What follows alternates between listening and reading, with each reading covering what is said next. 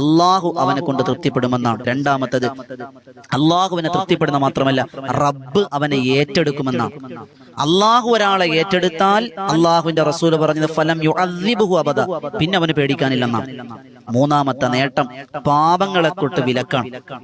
പാപങ്ങളെ തൊട്ട് വിലക്കും, ചെയ്തു പോയ പാപങ്ങൾ പൊറുക്കുകയും പാപത്തിൽ നിന്ന് അവനെ അകറ്റിക്കളയുകയും ചെയ്യുന്നു. നാലാമത്തെ നേട്ടം ശപിക്കപ്പെട്ടവനായ പിശാചിൽ നിന്ന് രക്ഷയാണ്. അൽഹംദുലില്ലാഹ്. അഞ്ചാമത് അള്ളാഹുവിന്റെ ഇഷ്ടം കരഗതമാക്കാൻ കഴിയും.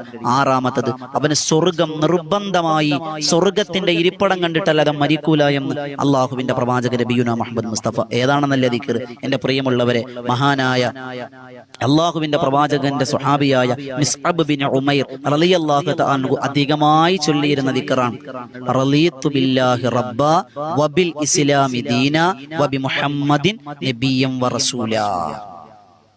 ഈ ഒറ്റ ദിക്റാണ്